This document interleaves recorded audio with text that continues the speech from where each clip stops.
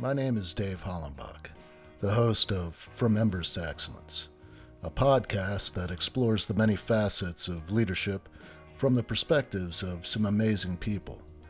We discuss the triumphs and failures that have shaped our lives and our leadership philosophies. I've found that it isn't whether we fail that defines us, but when we do fail, how we respond. Leaders dust off the ashes and use their failures as fuel to work harder and as lessons to come back wiser and stronger, more resilient, more determined, and more committed to excellence. Today, I'm speaking with Dr. Toby Travis. He is an executive coach, a consultant, superintendent, and author. Dr. Travis is the founder of Trusted, a framework for business, organization, and school improvement focused on developing trusted leaders. In addition, he is an executive consultant with the Global School Consulting Group, an adjunct professor for the International Graduate Program of Educators for the State University of New York College at Buffalo, and an experienced teacher and school administrator, currently serving as the superintendent of the Village Christian Academy in Fayetteville, North Carolina. As a guest speaker, trainer, and consultant, his work has taken him throughout the United States and Europe, South Asia, Central and South America. Dr. Travis is the author of the award-winning book, Trusted, The Bridge to School Improvement. It's available at Amazon. It's been featured in Forbes and named Book of the Month and nominated for Book of the Year in 2021 by the Magic Pen. I am thrilled to speak with you this morning, Dr. Travis. I really appreciate you agreeing to allow this interview to happen. And I'm just really looking forward to the conversation. Thank you, Dave. I'm very happy to be here. Thanks for the opportunity. Yes, sir. I always like to get things started off with getting a feel for the person I'm talking to by starting off where it all began. Where were you born and raised? Grew up in the northeastern part of Pennsylvania, almost to the New York state line, upstate New York area. So that's where is home still with a lot of family that is there. Youngest of 6 boys, rural upbringing. First jobs were tossing a bale of hay and scraping a barn, and that kind of upbringing. It was a kind of an agricultural community. Dad worked in a shoe factory, and my mom was a paralegal, and while they raised all those boys. So that was that was my early years, and also have lived and worked in Minnesota, Carolinas, internationally. I was in Ecuador for many years, and this is it's been an unexpected journey coming from a country kid, grew up alongside a creek in a valley, to having the opportunity to really travel and see the world, and have opportunity to work with some really amazing folks, and that has really what shaped us, isn't it? What shapes all of us are those that we have the opportunity to interact with, and we become the influencers who influenced us. So that's kind of a snapshot, I guess. Who were your major influences, and what really led you onto this path to higher education and actually to go into education? Well, I think I've always been blessed by having a mentor, almost really right to this day. There are older gentlemen in my life. I think I began with my grandfather. So my mom's dad was a real mentor to me. And then even in my young adult life, one of my very first jobs, there was an older gentleman that was looking to retire, and I kind of came in as his protege. And that situation repeated itself in several corporate environments that I was in over the years, where there was an older gentleman who was a trusted leader and modeled what that looked like to me. And so I think, as far as that being a passion of the whole leadership track, is just I've been fortunate to have relationships and being mentored by some really gifted and trusted educational and organizational leaders. As far as getting into education itself, I really have to credit teachers. And that's the story of so many who end up in education. It was a teacher or a group of teachers in their own experience that influenced their lives. Really were, again, they were part of that mentoring process, or those mentors in my life, where I have to point back to teachers. So I think very early on, although it took me decades to actually get into education, I was focused on other areas before I ended up actually going into the classroom. But really coming even out of high school, originally, I went right into a music education program, but was not employed in music education until about 30 years later. But it was always an interest, always a passion, because of what was modeled to me as a teenager. I'm really interested in talking to you. We discussed this dynamic a little bit before hitting record, but I told you a little bit about people in the audience that, I talked to veterans and first responders a lot that are leaders, or leaders that have struggled with PTSD. A lot of times, because of the symptoms that go along with PTSD, there are some poor decisions that are made in our lives. A lot of times we'll find ourselves flat on our face, just due to making poor decisions either in our professional life or our personal life. And that can lead to uh, disrupting the trust levels that people give us. And I really want to talk about, or actually learn from you, how somebody can recover from that loss of trust, and really those areas of leadership that are so important, and rely on the level of trust that's put in the leaders. And I couldn't think of a better environment to really put that to the test than in the schools, where a lot of it just really doesn't seem that in our culture teachers are valued as much as they should be. Correct. And when put in that environment where they're trusted with people's children, and they're trusted with giving them an education, but really having their hands tied with a lot of things. Uh, so I was just wondering if you could talk a little bit about your book, and what inspired you to write it. Well, that really came out of my doctoral program. And so let's go back to what inspired me to even go to that level and get involved. So my first teaching experience in a formal classroom setting. So I had been a seminar leader and workshop. I actually produced a touring theatrical program for years. So I was in the entertainment world, but a lot of that work, we would tour shows on college and high school campuses literally around the world. And I always had this passion for education. So that was a nice fit. But then when I finally made that transition into formal education, I got to be honest, Steve, I was shocked at how toxic the work environment was. And just the dysfunctional nature of what was going on between employees and administration.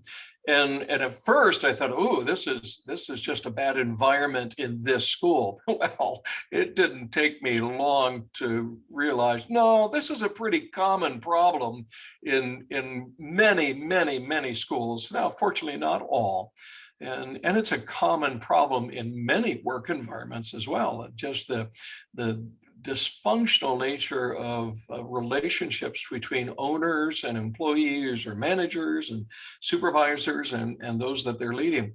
So that then led, as I had the opportunity to get into a doctoral program, I had good counsel from one of my mentors, was, hey, figure out really, what you want your dissertation to be about as you go into, so, go figure that out at an advance before you go into the hard work of the classes and the research, obviously. good counsel. And another friend of mine, and I would highly recommend it as a guest if you haven't had him already, David Horsager wrote a book called Trust Edge, and it went #1 on the Wall Street Journal some years ago. And Dave's been a friend for many years, and he actually came and worked with me. Then, as I got into his school administration in an international school, he came and actually worked with me for a time. Came down, spent about a week with our team. It was phenomenal, the work that he did. And Dave's work is with Fortune 500 companies. And what I realized in going through his training was the concepts were universal, but the application to schools and their needs really needed some additional research and some additional work. And that's what I jumped into, was then identifying, okay, what are the core competencies, if you will, or excuse me, the core elements of trusted leadership. What does that look like in a school setting? And then specifically, how do we assess it? How do we protect it? How do we build it? How do we improve it? How do we develop action plans that ensure we have measurable growth in improving those trusted relationships? And that's really where the book came out then, was as really as a resource that came out of that doctoral work that turned into training and consulting now that I've been doing for years with school leaders. Okay, how do we get our arms around this very complex idea of trust? Because we use a small word to really describe a whole bunch of different things. Trust is complex and it's fragile. It takes years to develop and consistency to develop, and it can be lost in a moment. And so you really have to have structures and disciplines in place to ensure it's protected, and have to regularly assess it and continually develop and ensure protocols, practices. It's not just about behaviors. Schools are famous, and as are some businesses, for creating structures and practices that actually decrease the level of trust in the relationship between employees or faculty and leadership. So that's the kind of work now that I'm involved in it. And the why behind it was just to see that when those things get better, everything gets better. There's been business studies that show profit lines go up. I mean, literally, I think it's 180% in those businesses that have high levels of trusted leadership. In schools, we have found direct correlation between teacher retention. Teachers stay long, in that role, they stay longer at those schools. We have seen direct correlation to student achievement levels. Kids perform better if the leadership is trusted. And there's direct correlation to those kind of results. So there's plenty of whys as to why we should do this. It is the #1 indicator of successful schools and organizations, trusted leadership. It's what it's all about. You mentioned that the schools are notorious for putting in place structures that deteriorate the trust. Can you talk a little bit about those? Yeah, and it's well intended. So I don't want to get political at all here, because I really do believe that those who are placed, especially like the public school sector at the district level, they've been given almost an impossible job. And so what they're trying to do is well intended. However, the more we put accountability systems in place, those accountability systems are based on an assumption of distrust. We don't trust our employees to be professionals and do their job. Therefore, we put these accountability systems in place. And yet what we have found over and over and over again in global research on this topic is the more teachers are treated as professionals, expected to be professionals, so we're also setting high expectations, but given as much autonomy as possible, the higher the performance, the greater the level of innovation, the greater student improvement levels, the greater and increased level of parent involvement, and all kinds of benefits when we operate from a level of trust.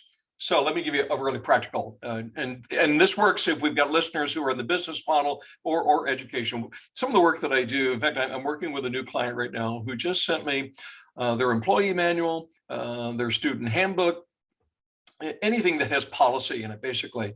And part of the job that I do is I go through those documents to look and see, okay, is there anything currently in their systems that is creating or is based on a level of distrust. And some of the initial work we can do as organizations is just get self-reflective on, okay, are we creating a system of distrust? So if we have something in place that is there because somebody broke the rules, and often that's what happens in organizations is somebody blew it. So instead of just addressing that individual's problem and issue, we create a policy. We think we're going to fix it by policy. That really doesn't work. And what happens is the more we do that, the more toxic the work environment becomes. So first part is just, okay, let's reflect on our systems, our policies and practices. Is there anything here that we are currently doing that is creating a level of distrust? For example, in the school area, we look at like lesson plans. Right? Okay, what are our requirements of teachers submitting their lesson plans? Now, if it's a new teacher or it's a teacher who needs professional development and they're struggling, it might make sense to, yes, you need to submit a lesson plan every week to your supervisor. But what I counsel is only if that supervisor is going to interact with that lesson plan and actually give you helpful feedback to move forward. If there's no feedback being provided, there's no point in submitting the plan. It has no value. It's bureaucracy. Stop it. Let them be professionals and do their work.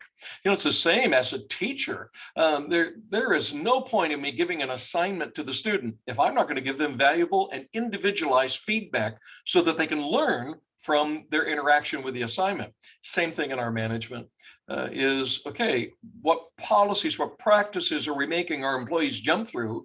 Do they have value and meaning? And if you're saying, well, they need accountability to do it, well, then you've hired the wrong person.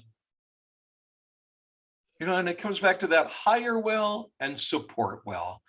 I want to go in this other direction here where when the trust is broken, okay, yeah, right. How does a leader repair that? Yeah.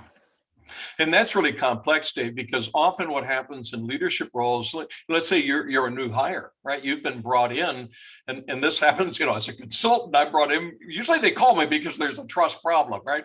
And what's happened, though, often is leaders have come into a situation and they realize, oh my goodness, my predecessor was toxic, or they had some big blunder. So they didn't even create the problem, but it's now their problem.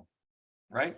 And folks are going to be skeptical of their leadership, and they really have to do intentional work to build it. So how do you repair trust? Well, it's very similar to how you build trust to begin with, and there will be a caveat at the end here as far as those who've actually broken the trust. And it's not rocket science. It goes like this. Step one is make promises and keep them. So in my coaching sessions, often what I'll do is I'll talk with the leader about, okay, what desires, what aspirations, what hopes do your employees have about the work environment, work situation that you can say yes to fairly rapidly? What promise could you make to your team and deliver literally within a few weeks, maybe a couple of months, but short-term this here. We're not talking long-term strategic planning here. There's a place for that, but that's not what we're talking about here, because trust is built by making promises and keeping them. So let's think through, okay, what promise could I make and carry through? And maybe it's something very, very simple. Maybe it's, right, hey, everybody, you are all going to get, an extra 30 minutes at lunch tomorrow, or whatever it may be. Find something that you can deliver, and then deliver, and then do it again, and then do it again, and then do it again. Because trust is built through a consistency of action, and that you carry through. In the book, I use a bridge as an analogy that goes throughout the book about how we build trust. And just like a bridge has these 6 components that work together, and they've all going to be in place for you to trust the bridge, same thing with our leadership. So in what I call the substructure of trusted leadership, it's all about kinetic and supporting everything that we do to our foundation, which is all about what we say we believe and our values. And this is where trust is most frequently lost in leaders, is they have articulated their bridge foundation, which is, this is what we believe about who we are, what we do, how we work. These are my values. But then what they do in their actual leadership and in the organizational structure and the delivery of their product or of their services, it does not line up with who they say they are. Boom, you lose trust. So this idea of consistency of, hey, if I say, and again, I'll use the education sector because it's what I'm most familiar with, but if I say to my teachers, you are my highest value. Teachers are the essence of the school. It's not the building, it's not the sports program, it's not technology, it's you. But I'm not out there in front fighting for high levels of teacher compensation and benefits and improving their work environment. It's baloney. No, because we know that what's called contingency rewards. Okay, what's the most valued contingent reward is money, right? So it's like, you tell me you value me, but you don't pay me, or you don't fight at least for a pay increase that's in alignment with the cost of living. No, you're just talking, and I'm not going to trust you. So that's that's the first step in restoring trust is make promises, keep them. Can you share a practical strategy or practice that helps to increase the level of trust in a leader? Oh yeah. No, there's lots of them. Yeah. Before we go to there, Dave, let me just make a comment on the restoration. So in the book, I actually provide, there's 4 commitments that we need to make, and I won't go through all 4 of those here, but we know from the research and from personal experience even, there are these 4 commitments we have to make and carry through on for trust to be restored. But I also have to share the caveat that what we've also discovered in the research is that, okay, let's say I get caught, I said a lie, I fibbed. And I got caught in an untruth. I own it. I apologize to my faculty and staff or my employees. I say, you know what, I blew it. This was a moral failing on my part. And I promise you, I will never do that again. Now, it's going to take at least, the research shows us, probably about 7 months for trust to be restored, so long as, again, making commitments, carrying through, et cetera, et cetera. However, what we've learned is if I lie again, it is irreparable. And it's the time to just, hand in your resignation and move on. You're done. It's not going to be repaired. So if you broke the trust through a failure of yours, can it be repaired? Yes, it can. That's the good news, and I've seen it happen. However, if you do the same action again, that broke trust to begin with, now you're done. It's not repairable. And well, there is less than a fraction of 1% chance that it's repairable, according to the research. But you're basically, you've done it. You've blown it. Life lesson, move on. And so again, sorry, I always like to throw that one in because it's not all pie in the sky. Yes, we can fix trust issues. It's possible. It's intentional, if it's intentional, and time and effort and resources are committed to it. Absolutely. And the rewards are huge. I mean, it's phenomenal on every level. So again, remind me then where you wanted to go. Practical strategies. Practical strategies. Yeah, there's lots of them. I think one of my favorites is because I saw this turn around a school that I was working in, and I had stepped into a leadership role, and I had a counterpart who was not very disciplined in how he used email to solve problems. And we had a large conversation about this. And as a leadership team, we decided to implement a new policy, a norm, if you will, for our school. And it went like this: email is for information, not issues. And we made a commitment to never attempt to solve a problem via email or text. But rather, if there was an email or if there was a problem that came to us via email, our only response would be, thank you for sharing your concern. When can we talk? And we made the commitment to our staff, we will deal with all problems in person because we value you. We value our relationships. Because what we were seeing is with the text and the email threads, they were exploding and they were out of control and they were getting quoted and misquoted. And you know, you can't read between the lines, and when you see things in all caps, you feel like somebody's screaming at you, right? And people will say things in an email or text they would never let come out across the, you know, their lips in person, or most frequently would not, or usually would not. So we made that commitment. Okay, here's our, and we made it actually part of our grievance policy. You could not submit a grievance via email. Now you could document the grievance, but if you want us to address it, you got to come talk to us. Well, it was transformational, Dave. We literally saw a work environment transformed within really a very short amount. I would say probably less than 2 months. We saw what was a very toxic behavior going on with people just blasting people in email or text. And when we said, no, you can't do that any longer here. That's not permitted. And if you continue to do it, you will be censured. I mean, we had to get tough about it, and I had to do it several times, and but it was transformational. That practice we saw also increased our level of trust, and so that's a type of strategy that can be implemented to address behaviors that are destroying trust. Is value people, value conversation. Technology can be helpful, but don't be using text, and certainly not social media or, you know, messaging to solve problems. You got a problem, let's talk. Let's value each other as people. In your book, you break down the complexities of a number of behaviors and skill sets that must be in place for trust to be present. Can you briefly share those with us? Sure. Again, we use and I say we, even though I'm the author of the book, because there were so many people that helped me with this project. You'll see a lot of them referenced in the book as well. Excuse me.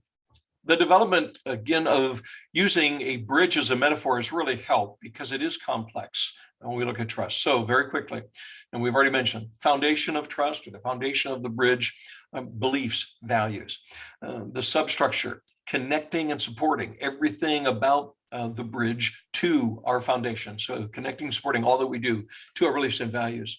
In a bridge, there's bearings. Bearings are unseen by most people unless you know the architecture of a bridge.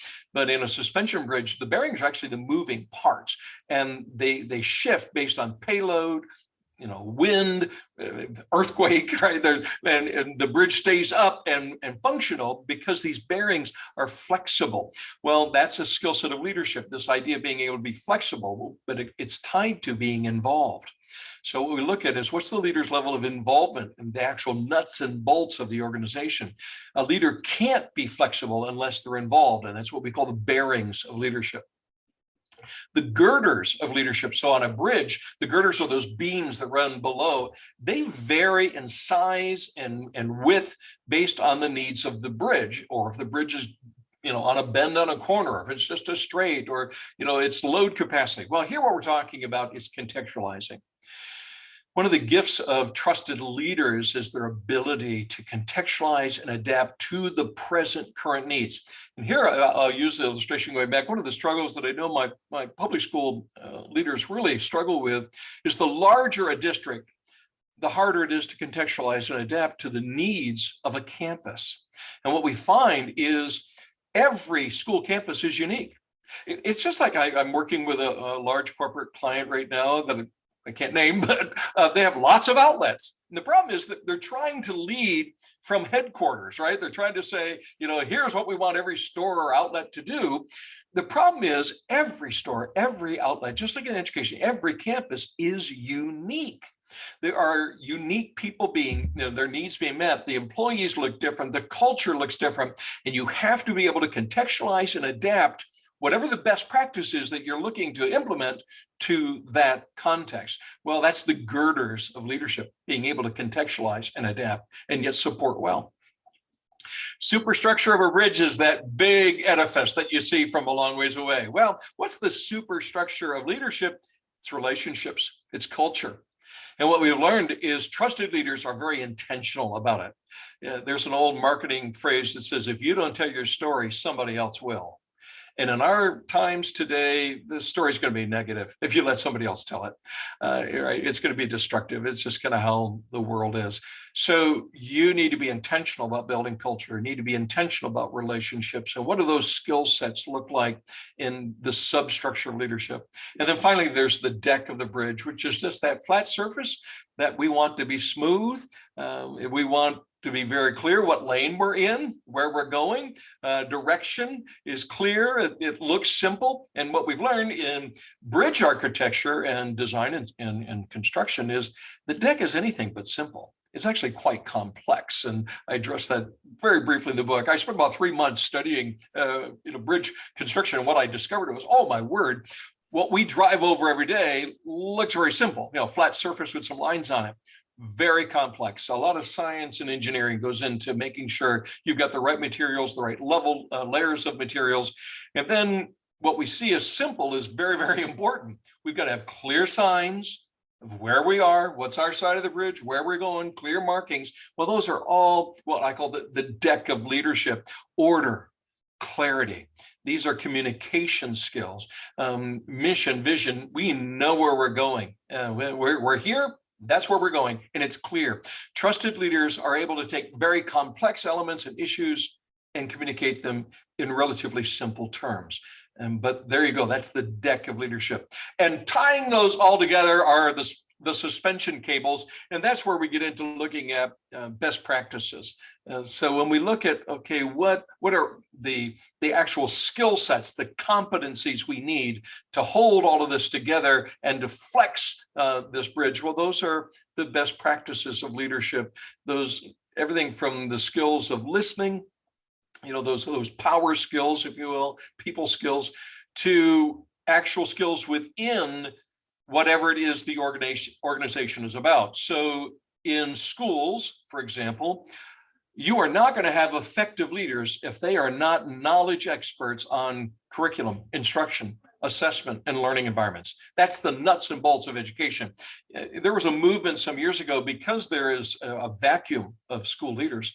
There was a movement to just hire good managers from companies and bring them in. I mean, isn't that just what we need? Makes sense, right? Oh, we just need good managers. Well, yes, we do, but we need good managers who know our product. And what we found was good managers, the skills did not transfer if they did not understand education. It did not take the time and just to become education experts. Well, the same thing is true in any industry. It is more than just having good people skills. You've got to have good people skills tied to good content knowledge and expertise. You've got to know your business. And if you don't, well, then you're in the wrong business. So anyway, that all kind of ties together, but there you go. That was it. That was a master's course on leadership in 6 easy steps. One of the things that came to mind when you were talking about the deck, the communication, prior to that, you were talking about, a decentralized type of leadership where you've got like a corporation where they're trying to lead from headquarters to these multiple outlets where the culture can vary. How does an organization communicate effectively when they're not there? Well, they need to be there. And today, I mean, look what we're doing right now, Dave. I mean, right now we have more opportunity, and we've all gotten a lot better at this, and we're going to get even more. I think this is just going to get more and more the norm. The Zoom calls, the go-to meetings.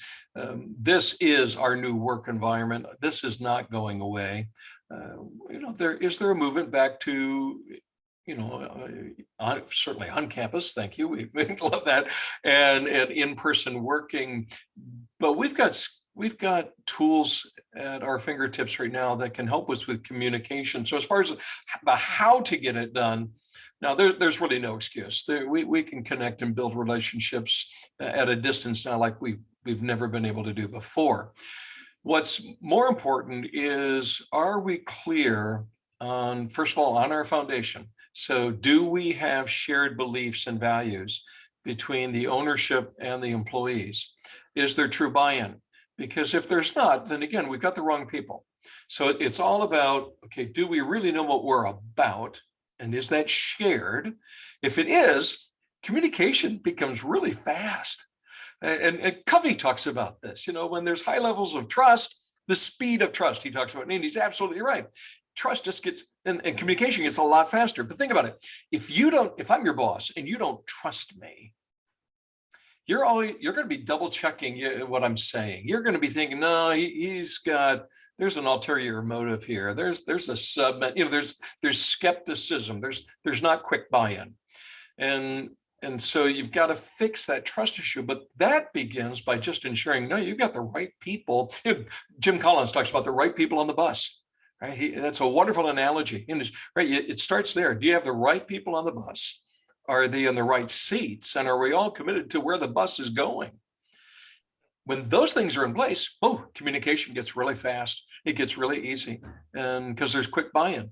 One thing that I am a little curious about is it seems like this exodus of teachers from public schools to private schools, and I'm wondering what you would relate that to. I mean, obviously there's the trust factor, but how is it that private schools are creating that more effectively than public schools, and can public schools overcome that? Well, don't we hope so, right? I mean, but it's huge, Dave. The problems and the challenges are huge, and it is systemic. The challenges and problems for the public sector. No, there are challenges on the private sector too, but the reason they're able to flourish is because they have autonomy. They have freedom, and when people have freedom to do as they desire, you also see higher levels of happiness and self-fulfillment. So people want to work in an atmosphere where they feel like, no, they've got freedom to do what they're passionate about. What we find, in the public sector, because our tax dollars go there, and again, I think it's a well-intended idea of accountability, right? So our tax dollars are being spent here. We need to hold them accountable, and we need to have measurements to do that. Well intended. No Child Left Behind. Years ago, when that was implemented, I do believe it was a well-intended program. But the bureaucracy, the paperwork, the additional burden that placed on teachers without thinking and clearly through, okay, what are we going to take off teachers' plate before we give them additional work to do? This is one of the things that we see in both the work, corporate environment and the education environment. Some new initiative comes along that has value, some new practice, best practice or implementation that we want to see adopted by our organization. Great. And, that can be wonderful. But you always have to look at capacity to have success. And so what has happened, unfortunately, especially in the public sector, and to a certain extent, less so in the private sector, is we have all these expectations that we keep putting on teachers, on employees. It's like, okay, we want you to do this, and we want you to do this, we want you to do this. And the next thing we know is they run out of capacity to do all that we're asking them to do. And it's not what drove them and gave them the flame to even get into education to begin with. They were passionate about changing the lives of kids for their future and supporting them, right? And they love the interaction and the learning, and that we layer and layer and layer upon them all these other elements. This is what takes the joy out of it. And that is true in the corporate sector as well. We have to look at capacity to succeed. Many have talked about the principles of less is more. We find that those schools that are niche schools, we're going to be a fine arts school. This is what we're doing. And if your child has aspirations in the fine arts, this is the place for them to be. But they're not going to provide everything. One of the real challenges in kind of the traditional American school model is we try to be all things to all people, right? And this idea of being fair and equitable, well, nice idea, almost impossible to do, and certainly financially a monster to try to meet the needs of all parents, of all aspirations of students. Yeah, really, really hard to do. So our cry for equity, okay, understand that we have kids with differing needs and differing aspirations, but to try to meet all of those on one campus, really, really hard to do. It's again, in the corporate sector, trying to meet the needs and the wants and desires of all clients. Nah, you've got to make decisions. Who's our clientele? Whose needs are we meeting? Where can we excel? And then go there. That is a model for success, even in the public sector. If schools can figure out, okay, we need to specialize, and we need to support well, we need to do less and do it better. This is what we are seeing internationally.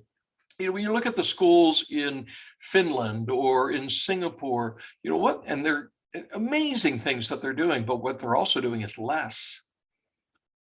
They're not trying to, their schools are not necessarily providing robust athletic programs. And I'm pro athletics. So I'm not saying we shouldn't be doing that, but they're letting community groups and community clubs provide that need for students. Their focus is, no, we're doing an academic preparation program is what we're doing. We're here to make scholars out of our kids, and they're doing it like nobody else in the world in less than half the time. Their school days are much shorter. They're much more focused, and their professionals are highly trained and then released to do their work as professionals. And what they're doing is stellar. It's very hard for us to take that model and bring it over into the US setting, because that is not the DNA or the framework of the American school system. We have this expectation that schools have got to, have robust athletic programs, robust fine arts programs, robust educational services programs. And yes, all those things are valid and valuable, but for a single campus to be able to be competent and excel in all of those, really hard, really rare, just as it is true in any business to be able to meet the needs of all customers and all clients. It just, that paradigm has to change for us to see sustained and ongoing improvement in education and in the business world. It's whose clients do we want to meet their needs, and also being careful. Again, in the public sector, it looks different because we do have a responsibility to make sure kids don't fall through the cracks. That there are communities that are disadvantaged and vulnerable, and we must ensure that their needs are met as well. And I do believe that is the role of government. Although I, again, would be a fan that that's the role of the local government. It is primarily their responsibility, because they will have the best knowledge and ability to do that contextualization that we talked about earlier. So keep it local, but be intentional about looking out for the vulnerable and taking care of them as well. It's hard, it's complex. There's not an easy solution. There's so many things going on in my head right now. Because as you're talking and we're putting this in the context of schools and education, but there are so many parallels. I come from the fire service and, military background, and it's all government run, and how there is bureaucracy in all of those organizations, but there's very specific things that they do. And I see that parallel there, where schools are trying to do the impossible. Yeah. Well, and get back to your comment about the public versus private, and why are many teachers moving out of the public sector, even if it means going for even less money. They're already underpaid, but they're going to take even another financial hit just so they can be in a more supportive work environment. And that's really the big factor. And that's, we've known that for years. The number one reason teachers leave schools is because of a lack of support, or perceived lack of support from their supervisor or their leader. And what is attracting so many teachers to move into the private sector is there's just a greater level of support. And I have a new teacher here at our school this year. I was just, doing my rounds in the hallways, and I stuck my head in her room. She was on a break, just asked how her school year was going. And she's like, I have never had this level of support ever. And I mean, and I know she took a significant pay cut to be here because we can't afford to pay what the public sector pays. And yet, why is she choosing to be here? Well, she loves to come to work. And that's when you have that kind of environment, people produce better. Kids benefit, so, and again, back in the work environment, and I'm sure even in your experience, when men and women love to come to work, they're more engaged and they make the work better. And whatever the product is or the service is, it gets better if people love it. They enjoy it. It's their passion. That's the secret here, is create an environment for people to succeed and to fail. By the way, it also has to be a safe environment for them to make mistakes. You want innovation. You want people thinking, oh, how could we do this better? Yeah, let's try that. Oh, that didn't work. Okay, that we learn through that. One of my philosophies in education is we learn through failure. That's how the process works. So it's okay. Don't be shy about the failure. Let's be smart. Let's use data. Okay, let's be data informed. That's also one of my passions, and I talk about in the book. That let's create and secure data about our trust level to inform what we're going to do as far as next steps. Well, same thing in every level of our work, but let's allow people to work in an environment where they can try new things, they can innovate, they can contribute to the growth and expansion of the organization or of the company or of the school. And when they do, well, again, you get greater buy-in. The more ownership there is, the higher the level of performance. And it's tried and true, but unfortunately it has to be very intentional and has to be constantly monitored that those elements are in place. That brings me to another question. When you're talking about data collection and establishing performance measurements, how do you measure the level of trust in an environment? Yeah, great question. Actually, that was part of what I jumped into in my doctoral work, because it's like, okay, we all know it's essential. And when when studies have been done and surveys are done asking people, what's the level of trust in your leadership, et cetera. But how do you really get into the nitty gritty of it? Well, it comes down to specific skill sets and behaviors. And we've actually been able to identify a concrete number of skill sets and behaviors that correlate to high levels of trust. So we just have created a 360 assessment. Is basically, so if I'm going to have the 360 done on myself, all of my employees, or at least my direct reports, and perhaps beyond that, they get to assess me. We've created a bank of 48 questions that basically says, how often does your leader, and then there's a Likert scale of all these behaviors and that are tied to trusted levels of leadership. And it's vulnerable. You have to be able to say, okay, come tell me how I'm doing. And actually that action creates trust, just by saying, okay, I'm going to let you assess me. Because here's the thing, Dave, what we've discovered is perception is reality when we're talking about trust. Okay, I actually had someone commented on a recent LinkedIn post, made the comment, oh, be careful with 360s. You don't want to be surveying everybody. And I'm like, yes, you do. Everyone's perception, everyone's opinion has value. There's the old saying, consider the source. One of my mentors was great. He drilled into me, Toby, never consider the source. Take it all in, hear it all. It all has value. Now, you may not agree with it. You may be disappointed with what you're hearing, but it's their perception. Again, when we're talking about assessing trust level, it's all about, well, what do our employees think about us as leaders? It's all about their opinion and shaping their opinion. So again, now there is no perfect tool, Dave, there is no perfect assessment tool. And there are several other tools that are out and are available that leaders can use. But the one that we've developed with TrustEd is a fairly simple tool in the fact that it can be administered in about 15 minutes.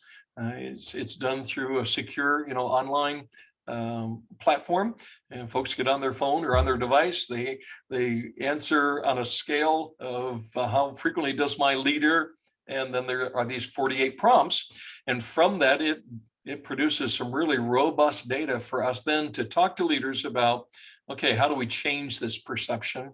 And even if you thought you were doing this well, it looks like, according to this, no, that's not what your team thinks. So how do we intentionally make this better? But that would be the kind of the how for getting some initial data. There's other data points as well.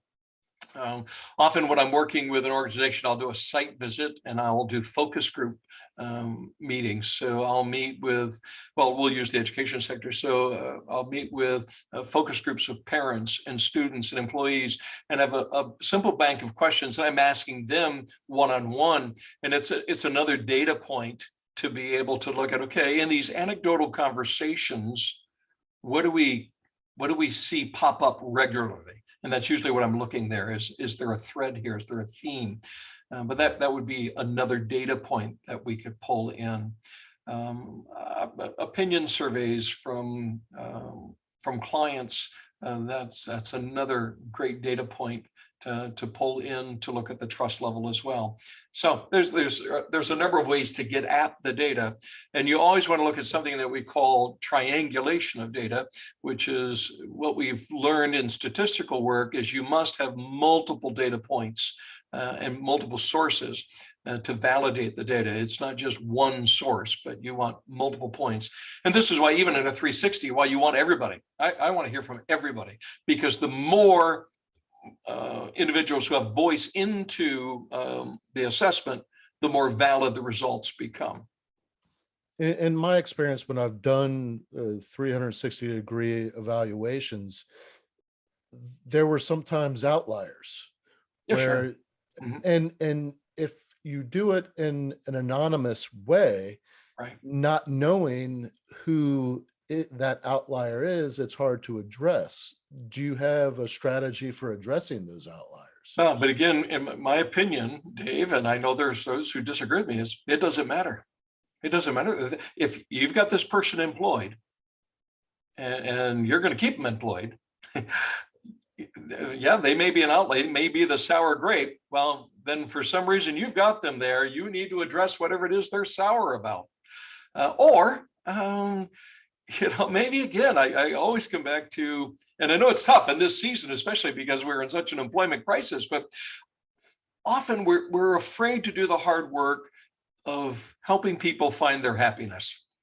That's the way I phrase it.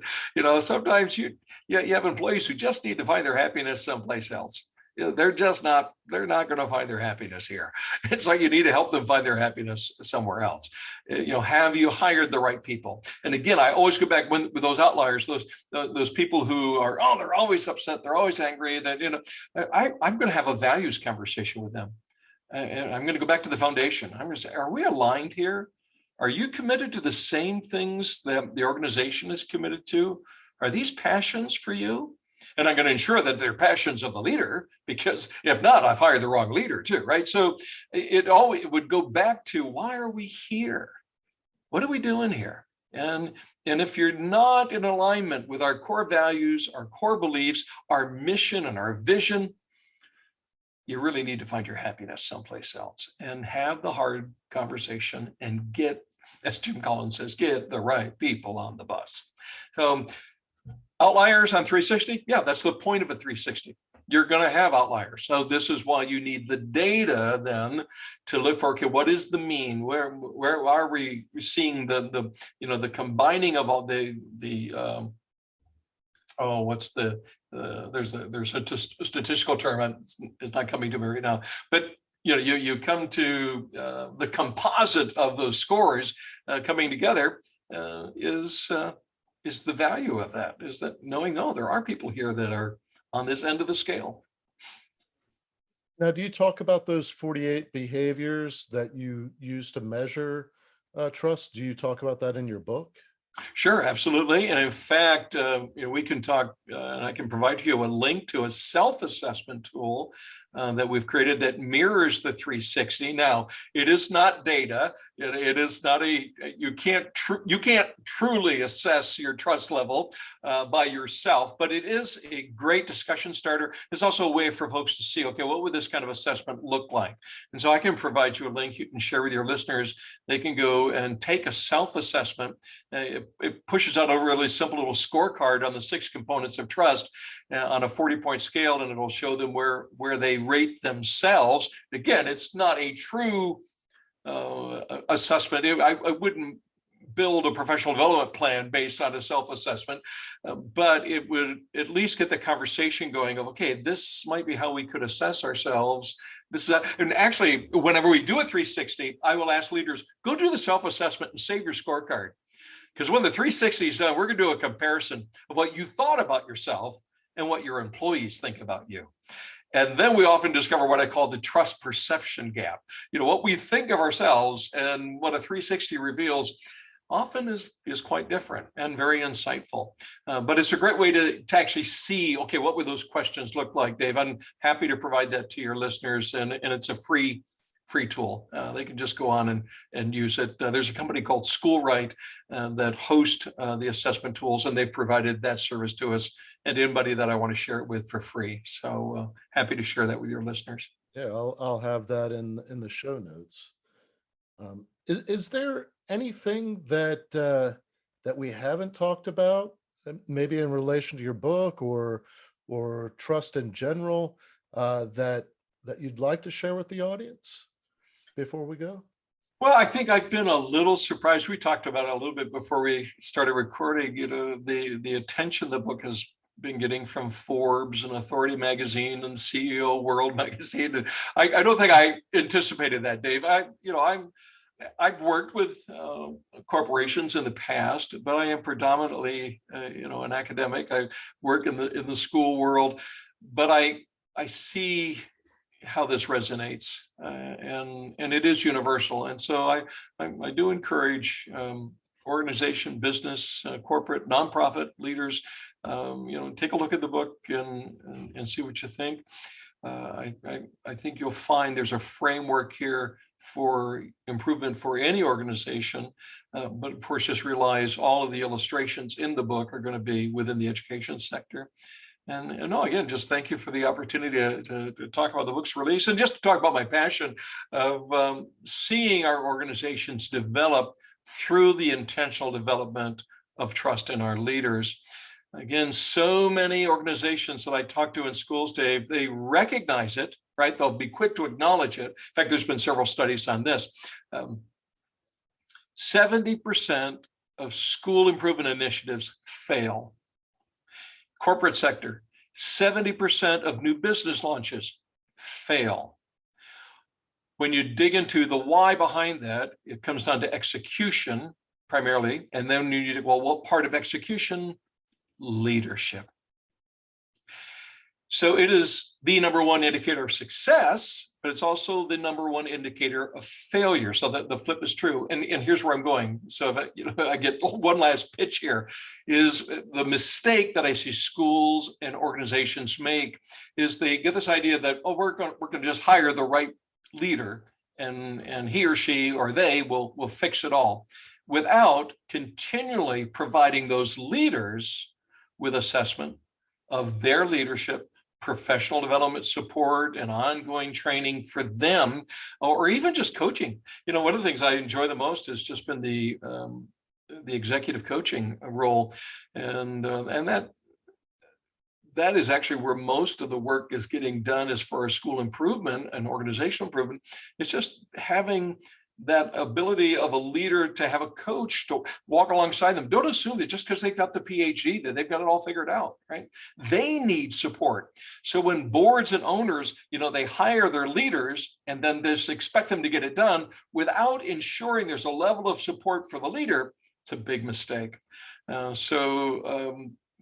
for those who may be listening that are owners or on boards, make sure your leaders of your organizations have support structures in place that are ongoing and not just a 1 or 2 day kind of PD. Make sure, no, they've got a consultant or a coach that they can contact and reach out to continually, and make sure that support is there. Invest in them and in the ongoing development of their trust as leaders, and you will see a return on investment that is huge.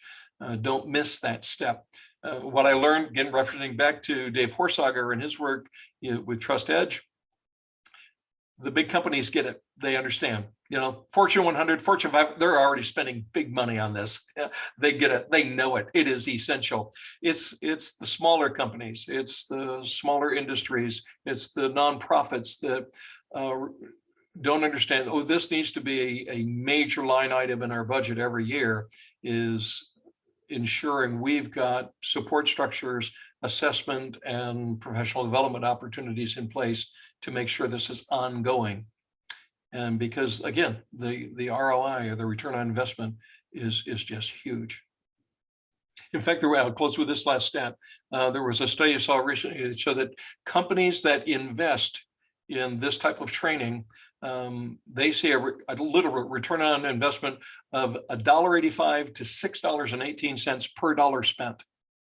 So, I mean, that kind of return on investing in this type of training and support has a monetary benefit to the organization, literally to the dollar. And so don't overlook it. And I hear it all the time, David, well, we don't have budgets for that. Well, figure out how to find the budget, because if you don't, you really aren't going to see sustainable growth and development of your organization. Dr. Travis, I really appreciate you taking the time to walk me through all of these areas of trust and leadership, and being so open to share with my audience. And for those listening, if they want to connect with you or follow you on social media or purchase your book, what is the best way for them to connect with you? Well, the website is trustedconsulting.org. So it's just all one word, trustedconsulting.org. I'm on LinkedIn. You can just put my name in, Dr. Toby Travis, and you'll find me on LinkedIn. I do have some of the other social media accounts, less active on Instagram and Twitter and Facebook, but I'm there. You can find me there as well. The book is on Amazon, anywhere Amazon has reaches, and that's almost everywhere. You can find the book in print or in Kindle. We currently have a Spanish version that's just about ready to be released. A lot of my work has been with developing and distressed organizations and schools in places like Haiti and the Dominican Republic. And actually, I have a client in Honduras that I'm working with. And so we're trying to get all the resources available in Spanish as well. The assessment tools are already available in English, Spanish, Vietnamese, Bahasa, which is Indonesian, and there may be one other language. Sorry about that. The assessment resources are already translated and available in multiple languages. Trustedconsulting.org, LinkedIn, or find the book on Amazon. Trust Ed, The Bridge to School Improvement. So on your website, do you have links to your social media accounts? It's all there. Sure. All right. Yeah. Awesome. Well, I will have a link to your website in the show notes, as well as the link to the assessment. Yeah, great. Thank you so much. Oh, my pleasure. Thank you. Thank you for listening to this episode of From Embers to Excellence. Please like and subscribe to my YouTube channel. Follow me on your favorite podcast platform, and visit hollenbachleadership.com for additional content. My goal is and always will be to add value to as many people as possible. So if I can be of any assistance to you or someone you know, please connect with me via email or on one of my social media accounts, linked on the homepage of my website. Remember, our failures don't define us unless we let them, and the only true measure of a leader is the success of their team.